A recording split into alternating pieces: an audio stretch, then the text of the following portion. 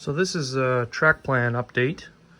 On this bottom return loop, I put this turnout in, and that's going to make its way over to the Salt Lake City area, which will be under there. So I'm going to have that split into a couple more turnouts. I need to pick some more up when I get that far. But what I want to talk about is, in this video, is about not having a helix. I watched a lot of people's running videos, and of course lots of people have a double deck, and I absolutely recommend that. At this time, I have had the opportunity to have a helix so that the train can go from the bottom level to the top, and it is still a possibility that I would end up doing one of those, but at the moment what I've constructed instead is this return and reverse loop section. So there is no grade difference. The layout itself is a Nolix, so it gains elevation on the top level that way. On the bottom level, there is going to be a 0% main line, which is this one that the train's running on right now. And then there's going to be a 4-inch high main line, the one that's going to be in the back, and it'll be camouflaged by some mountains and tunnels.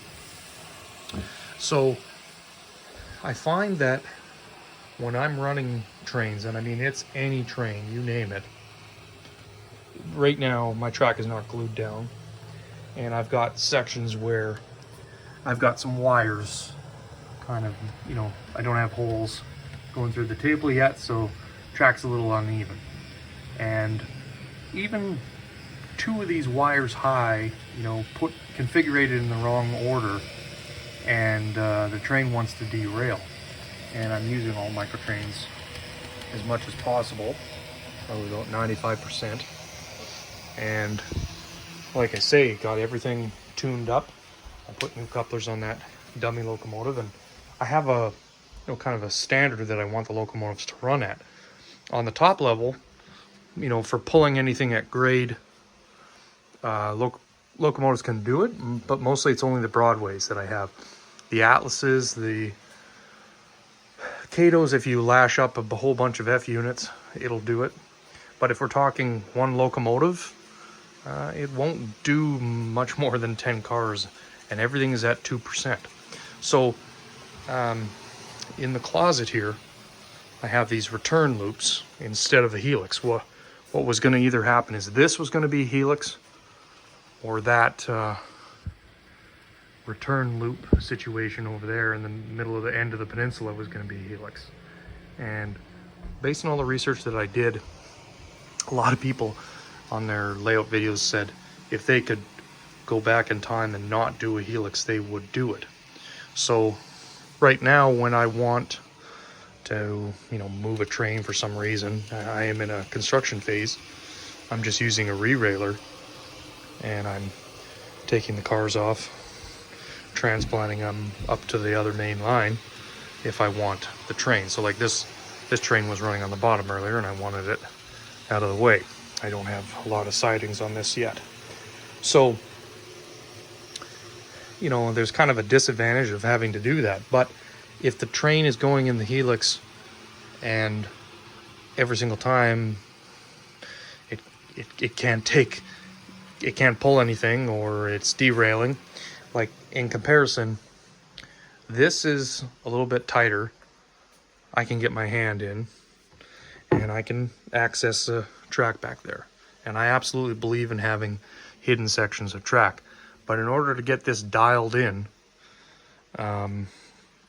it takes a lot, and this is at grade. This is not a helix. So when I've had the track on the top being put on, what happens is I've kind of tricked people by basically in the corners having it so it does not go upgrade as much as possible. So the grade changes where the track is going to go up is on a straight section. Every time there's a curve, I try to not change elevation. It works a lot better that way. When you have a giant long grade that your train is going to go up, you need sections for the traction tires to grab traction. Otherwise, even if this is all 2%, the weight of the train, when it gets to a certain point, it's like it's pulling it all over the edge, over a cliff, and it becomes hard for the locomotive. So you have to have these flat brakes. Now those flat brakes cause their own problems. This has got the tape underneath and plaster. So there's the Cato Track. Again, this is not glued in yet. And people have asked me, why do I do it this way? So here's an example. So this piece is flat, but you see right here, there's kind of a, as it goes up, and that's just something, a problem with Cato Track. If you have a longer piece of track, it could be smoothed out. So how you get around this is, in this situation, is put a smaller piece here and have the longer piece over the gap. Or you can take a little piece of foam, which is what I've been doing, shove it underneath, tape it, paint it, and basically it'll make it so that it's smooth, so the transitions are smooth. You have to understand that 2% itself is hard enough for the locomotive, let alone a train that's a realistic length. So, what's a realistic length? This is a 15 by 20 room, depending on how many people want to run trains. This is about a 15-car train. It has a dummy on the front and 2 powered Atlas locomotives, and it can do that on 0%. It could probably do another 5 cars.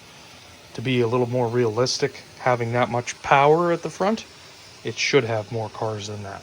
If you have to have, in my opinion, and it's not a passenger train, 4 Cato locomotives, A units, to haul a 15-car train up a grade, to me, it's not realistic. So trying to keep it balanced between, convenience of having the train go from one level to the other, I've kind of left myself some situations where I can always change my mind. So this track here goes to nowhere, but it can be this turnout here, a hole can be cut, and in the future I could have a helix here somehow, or a helix on the other side of the wall. In the closet,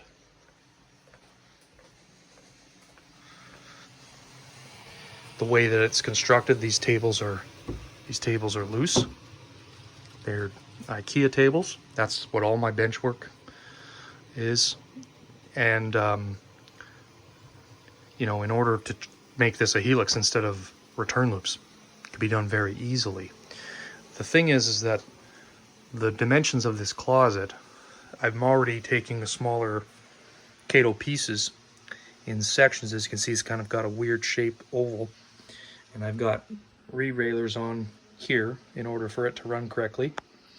And when it's going through the wall, I've got to have this taped because the track wants to bow a little bit just when it goes through the wall.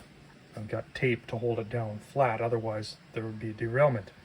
So, running your track as much as possible, figuring out what's going to work. I have no problem having a road here or a powered active crossing from Cato at some point.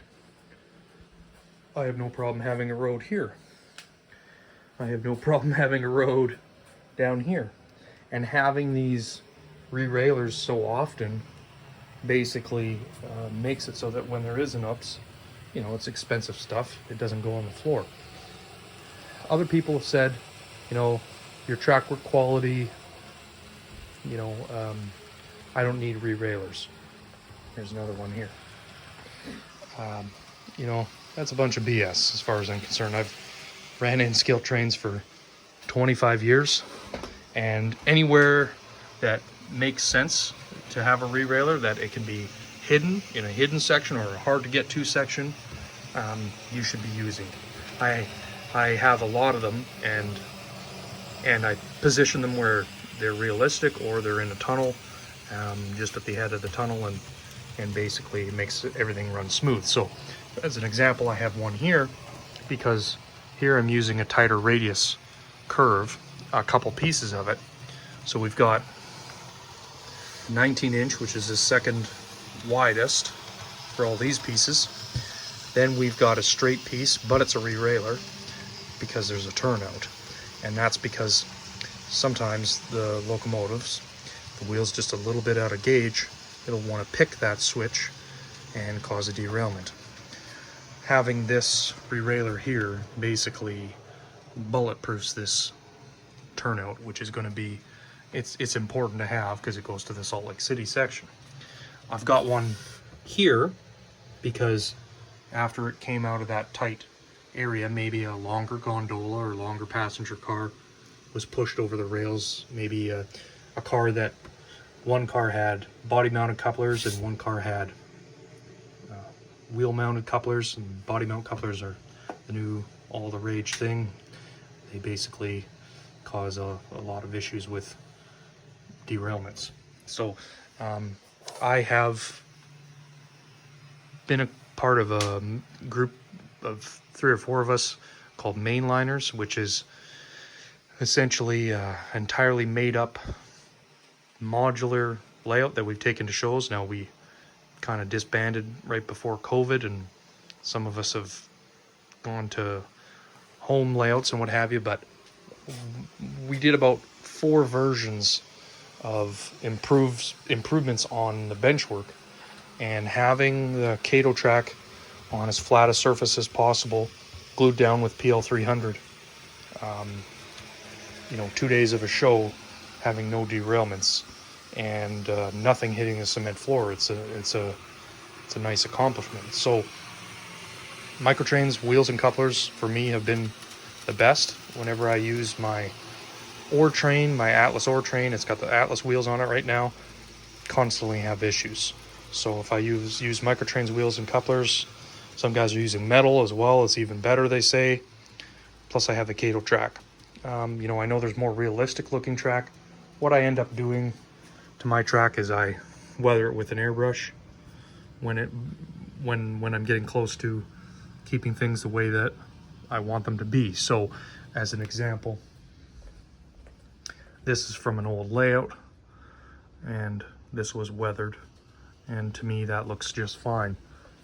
Here's another section I painted recently to kind of blend it in with the scenery. This isn't even glued down yet. When I glue these tracks down, I take my little hand weights just over here, these guys, set them on the track and just glue a section at a time, make sure everything's straight the way I want it. And I don't glue the switches down, so I glue here to here, and then if you ever needed to remove this switch because it was broken for some reason or stopped functioning, scenery glue got in it or whatever, it would easily enough be able to come up, and then this track would come up on this side. Now, something that's happened, of course, with the price of everything at the Home Depot is I switched to using white foam, which is this stuff. It is messier, but I have a dust buster and I keep after it pretty good. The pink 1-inch foam, like in Canada, $75 a sheet, versus when I could get this sheet, it's about 75 cents or 50 cents a sheet. There'd be 8 of them in that. So not even $4 versus $75 for the same amount of foam. And that's just crazy. The price of foam has come down a little bit, but there's only one section, this section here, that I need to carve for Green River, so I'll be buying some pink foam for that. But all the other foam, I decided to use the same foam that Woodland Scenics uses in their risers. I have lots of risers in the top scenery, and I'll on the bottom I'll have where I have straight sections, because it's cheaper. I stack these up. Now this section here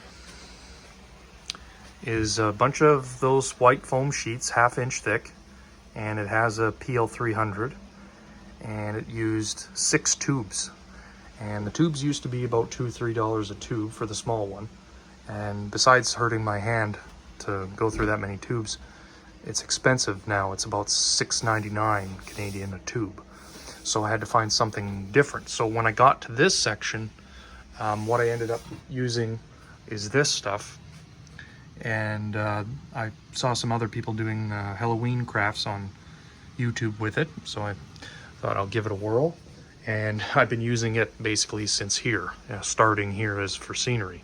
So the big thing with it is it does expand. So I put a bunch of encyclopedia type heavy books on these square sections, and I wait a day. So you to do a whole pack of foam glued takes one of those cans. These cans were $12. Now they're about 14. This is the bigger can. And this is what the pack of foam looks like. That's how it comes. And I bought this foam at Lowe's. It has a really crappy 1.5 R rating, but that doesn't matter. And I cut these sheets down to whatever kind of size that I need, whatever width, and I combine them with the Woodland Scenics to give me what I need. So if I needed a plateau, I've got a plateau. If I need a ramp, I can use the Woodland Scenics for that section. So when I come in and I say, okay, I want to have a siding here, adding sheets, sometimes it makes more economic sense. So when you're doing a bigger layout, there is some cost, and I have no problem with that, but I'd like it to be as cheap as possible, because at the end, the rest of the money is going to go towards more locomotives and cars, really, or more track, or more decoders, the stuff that you can't get away with. So this stuff here is what I've been using, and on the bottom, that's how I'm going to be doing the scenery as well. This is just pinned together. So gluing big areas of it with the great stuff, and then when I want a certain shape, like under here, this is expandable foam that was trimmed, and as an example, or in this corner, a lot of the edge of this lake was done with foam in a can, and then I just cut it down. When you go a little too close to something, as far as like the track, as an example, that's happened. So I have this drywall saw that I love. It's very flexible and very long, so it gives you an idea what it is. There's the Stanley part number. So yes, you can use it for drywall, but what I use it for is I actually use it to shape my foam, more so than the hot wire cutter. I almost didn't use a hot wire cutter at all. So when I have a running issue, so when I put this track back on, it's just about ready to be glued, then I actually had to cut some of my mountain off. So I'm going to come back and paint those areas where the plaster is showing through. There's another one here. There's another one here. And this saw is basically how I did that, and it cuts through the Sculptamold and everything that's on there. So just kind of some different methods for how I'm doing things, making them so they run reliable. A lot of people are complaining all the time online about sound locomotives, or their locomotives stuttering and what have you. Having enough feeders, that is the big thing. I'm still putting more feeders in. I thought I had enough. That's also why I haven't glued my track down. I started out with this whole wall full of guys like that, and basically as many as you can possibly handle. There's no such thing as too many. Like in here, I kind of have a little bit of a dead zone. The power is dropping as I'm running the train. I'm seeing that. Depends on the locomotive. Depends on what kind of capacitor they have inside. So I don't have too many holes drilled. I'm just running temporary bus line. I use the whole Cato plug and play for finding shorts. It works awesome.